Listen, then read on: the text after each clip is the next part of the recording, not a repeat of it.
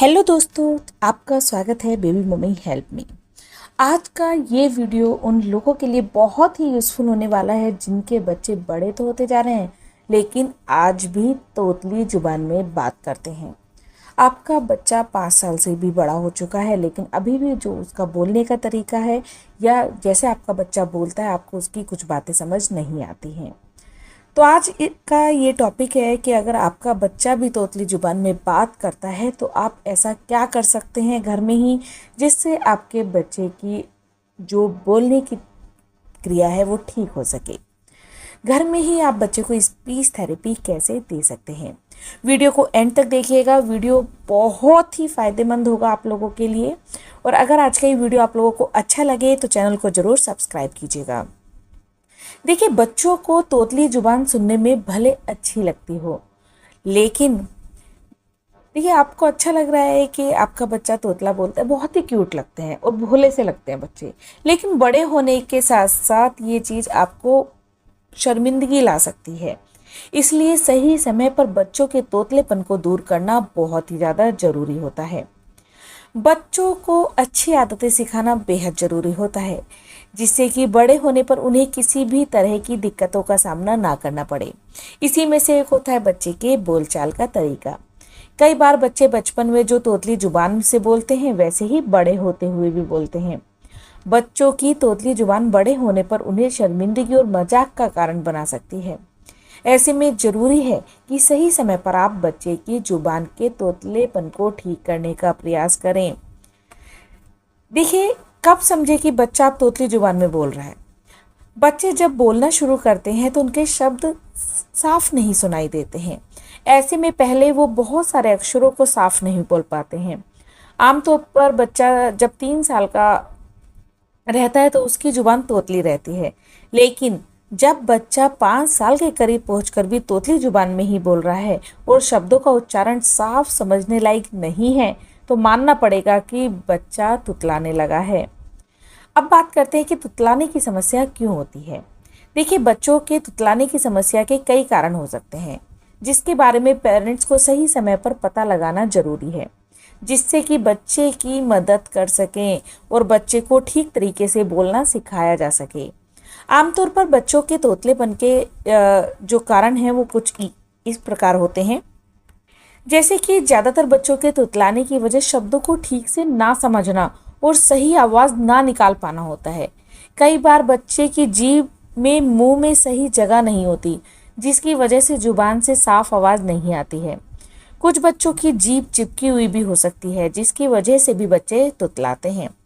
मानसिक समस्याओं की वजह से भी बच्चों की तुतलाने की आदत हो सकती है। बच्चों के तुतलाने की समस्या को घर में किस तरीके से ठीक करें। देखिए, सबसे पहले एक बात है कि कुछ बच्चे जो तुतलाकर बोलते हैं वो अपनी टंग को ट्विस्ट ही नहीं करते हैं। मेरा बेटा भी रे और ले में डिफरेंस बहुत कम करता है।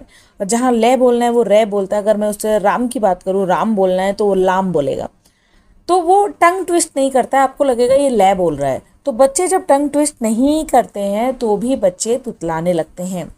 तो उसके लिए आप क्या करना है। देखिए, बच्चे की जीभ की एक्सरसाइज उसे सही बोलने में मदद कर सकती है। जैसा कि मैंने बोला कि 90% जो कारण होता है वो होता है टंग को ट्विस्ट ना करना, जीभ को ऊपर की तरफ बच्चे को ना मोड़ने के कारण बच्चा तुतला कर बोलता है। तो जीभ की एक्सरसाइज उसे सही बोलने में मदद कर सकती है। बच्चे को जीभ बाहर निकालकर टेढ़ी और नोक नाक को छूने की कोशिश करने को कहें जिससे कि बच्चा अपनी जीभ को मोड़ना सीखे। बच्चा अपनी जीभ को ऊपर की तरफ ट्विस्ट करना शुरू करें। इसी तरह से जीभ को अंदर की तरफ मोड़ने को कहें, क्योंकि जब बच्चा टंग को ऊपर मुंह में लगाता है तभी वो सही से बोल सकता है। जीभ की मदद से तालू छूने को कहें।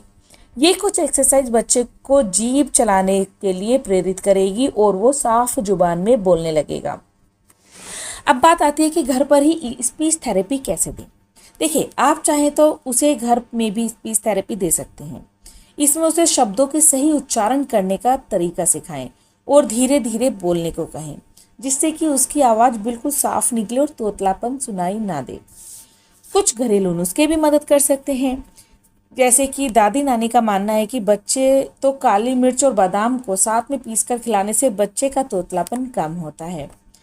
बच्चे के तोतलेपन को कम करने के लिए 5 ग्राम सौंफ को 1 गिलास पानी में उबालें।